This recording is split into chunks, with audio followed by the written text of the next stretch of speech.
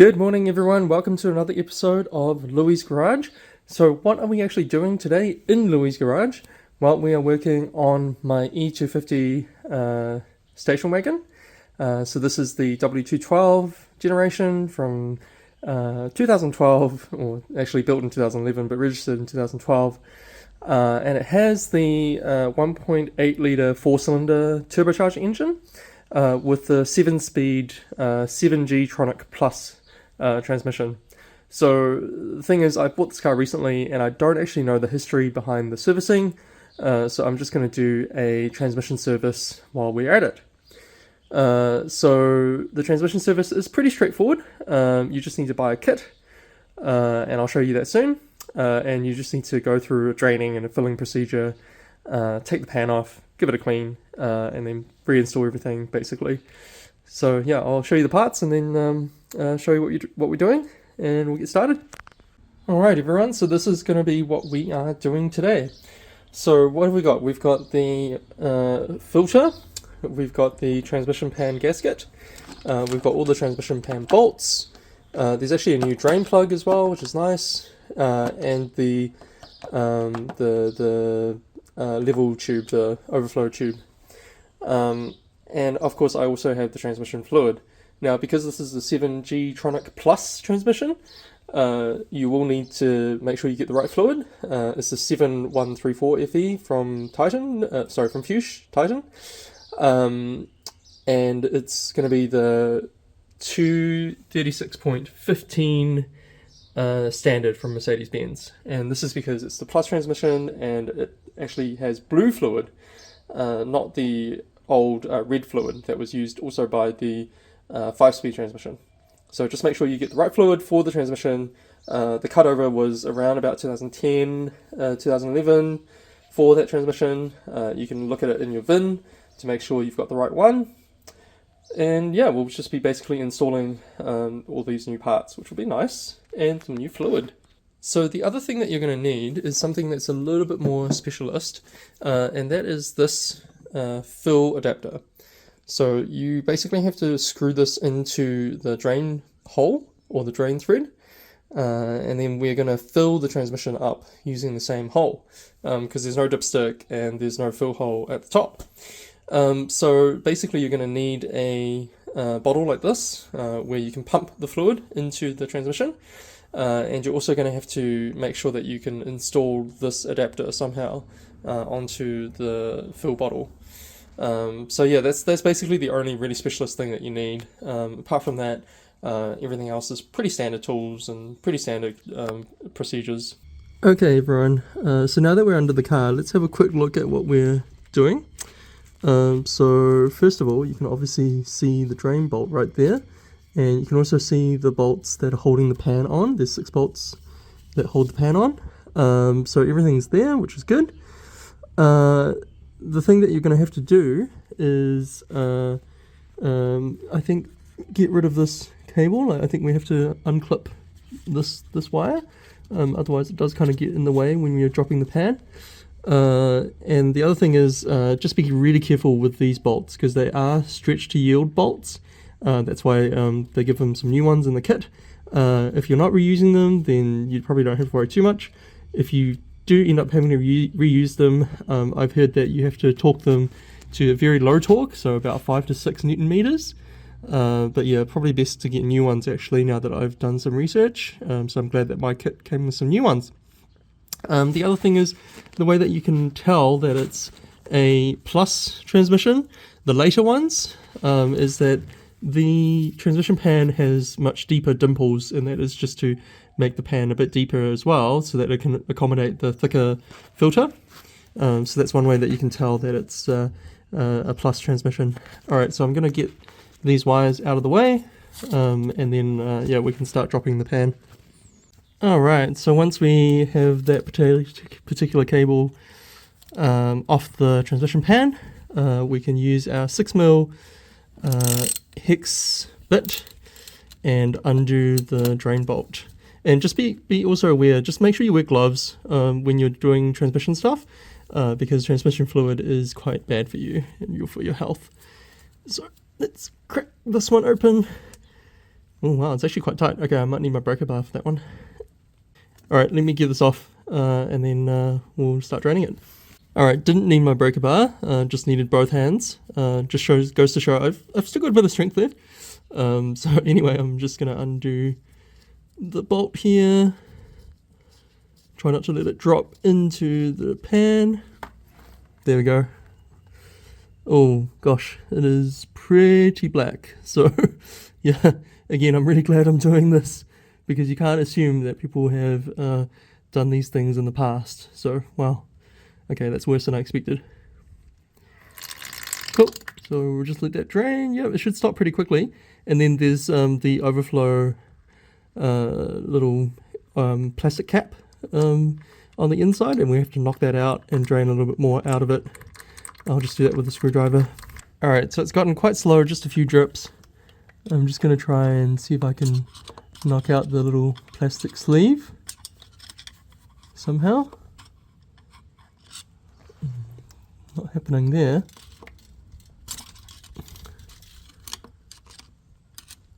There we go. Yep, and now there's more coming out.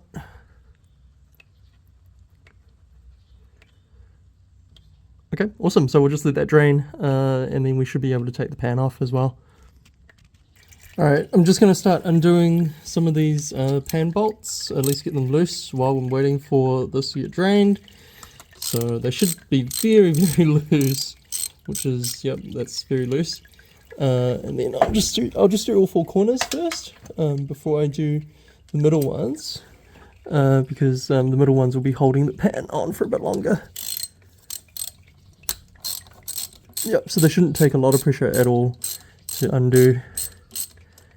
There we go. That's another one, and then I'll do the other two on the other side as well. And then we'll be ready to drop the pan once this stops dripping. Alright, so now we are going to remove all these bolts. Oops, just remove my ratchet. So these are E12. Sorry, E11. Just gonna remove those bolts.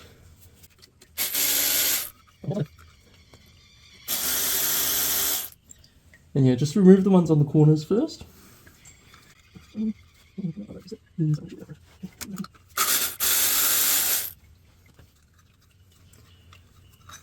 Cool. So get that block out as well. And then we'll do the other two corners, because we're using the middle two to hold up the pan for now.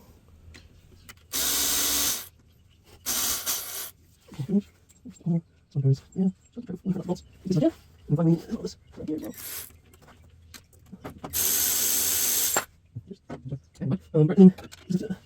these.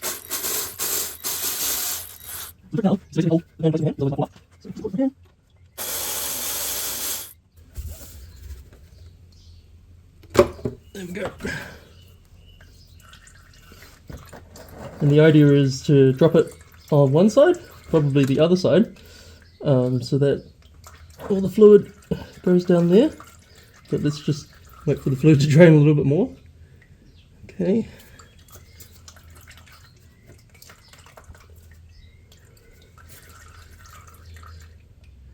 Okay, it's not quite working out like I'd expect, so what I might do is I might drop it down on this side first.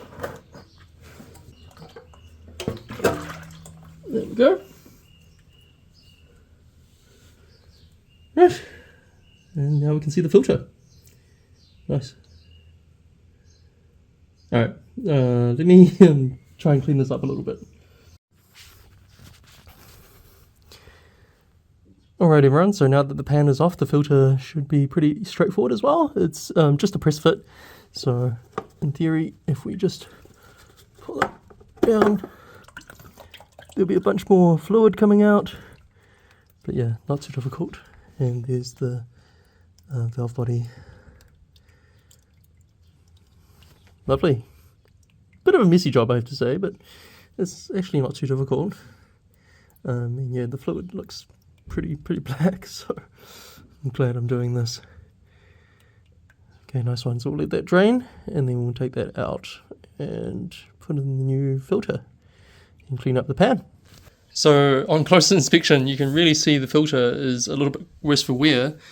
It is quite black in there, and also you can see, yeah, quite a bit of iron sort of filings, but you know, nothing major. It's just a bit of, you know, iron residue. There's no real metal or anything like that. But anyway, what we're going to do is we're going to clean this all up, clean the pan all up, get rid of the gasket there, and then put in the new filter, put in the new gasket, get it all nice and clean, nice and fresh, and we'll just reinstall all of this. Sweet! So I've given it a really good clean. I didn't actually use any degreaser. I didn't really see any point. It doesn't really need degreasing. It just needs cleaning. So I've given it a really good wipe down with some paper towels, and it's looking minty fresh. I've put on the new gasket. Just make sure that the gasket is seated properly and that there's no debris sort of on the gasket itself. But yeah, this one looks really good. Pretty happy with it. And I've also put in the overflow tube. So the other thing to remember is to please put your magnets back in. So we will do that after giving the magnets a bit of a clean. And once again, you can see they are looking really nice and fresh. Brilliant. Okay, so that should be all ready to go. And then we are going to also grab the filter at the same time, install the filter and the pan, and then use these bolts and torque it all up. And then we'll be ready to fill up the transmission. Alright everyone, so where are we at? Okay, so we've installed the new filter, and I've also given the mating surface of the gasket a bit of a clean, just to make sure that there's no debris and it's not going to cause any leaks. So I think everything's good to go. We are going to get the pan back down here, and we're going to reinstall the pan with the new bolts. Alright, so reinstalling the bolts. So we'll just be using our torque wrench, set to 4 Newton meters. Make sure you use a torque wrench for this, because otherwise the bolts do break. And basically just get them nice and snug first, get them all snug, and then we'll start doing the torquing procedure. And the torquing procedure is 4 Newton meters and then 180 degrees. So just got to be really careful that we do that. Yeah, make sure they're all nice and snug first.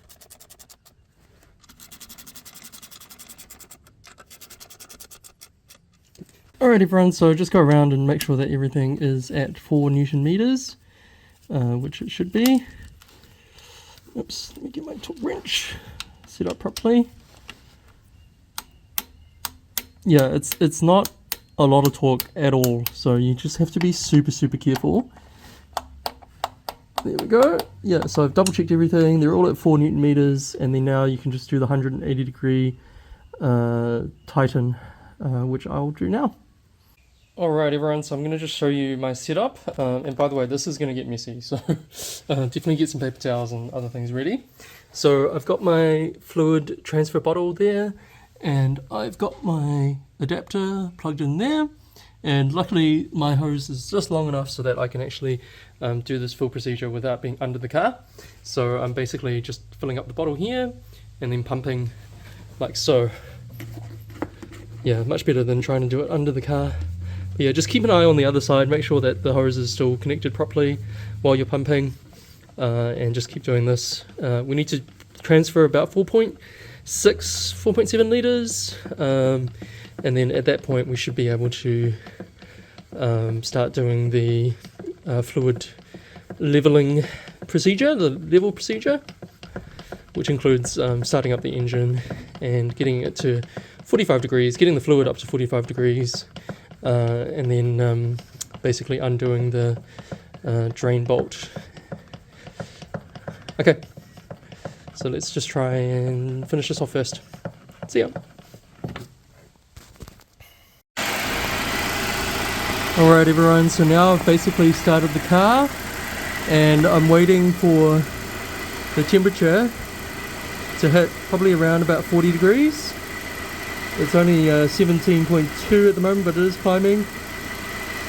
So yeah, we'll just got to wait a little bit, get it to the right temperature, and then we should be able to see if we've got fluid coming out. If we've got fluid coming out, we let it keep draining, and then yeah, it should stop draining, and then we'll put the plug in. If there's no fluid coming out, then we need to put in some more fluid. So it's just a bit of a waiting game now to see what's going to happen.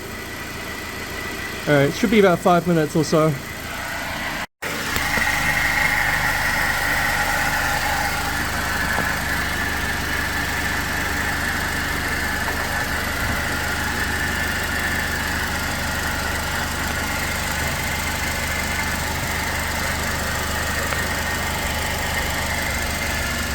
Okay everyone, so we've been idling the car for quite a while, about half an hour, a bit longer than I expected.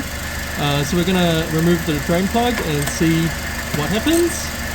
And then yeah, we might have to fill it up a little bit more. I'm not sure. Let's see. Oh, no, there we go. No, I think that's enough. Yep, that looks like it wasn't a continuous stream. So I think we got it just right. There's like an aerated stream, so I think that was okay actually. Okay, let's tighten that up to 22 Newton meters, and I think we're done. Put the splash shields back on, go for a test drive. Alright, we're driving along after the transmission service, and happy to say that everything feels really good, everything feels normal. I've got lots of sort of torque down low from the transmission, which is quite nice. I think that is quite different from the way it was before. At the moment, when I put my foot down, I get a lot more sort of instantaneous torque, and that might be because we've got the fresh fluid in there. I'm just going to come to a stop here. Yeah, so all the gears are shifting down correctly, and then now we're going to try and shift some gears up. Yep, everything sounds and feels totally normal. Yeah, it feels really good. It feels like a new car. So no, I'm really glad I did this, because I thought that they'd actually done the transmission service, because the drain bolt looked like it had been undone, you know, recently. But definitely the fluid was really, really dirty, and the filter was quite dirty as well. So I definitely am really glad that I've done this. Yeah, so it's going well. It's going really, really well. I love this car. It's absolutely amazing. I just found out just now after jacking it up that it's actually got active rear suspension. I did not even know that. So that's pretty incredible. I don't think it's air suspension. I think it's just hydraulic suspension. But yeah, that's pretty awesome. All right, thanks for joining everyone. Hopefully you learned something there, and I managed to help you service your 722.9 7-speed 7G-Tronic Plus transmission. A bit of a mouthful, but yeah, hopefully that'll help you, and it'll keep your Mercedes on the road. All right, see you next time.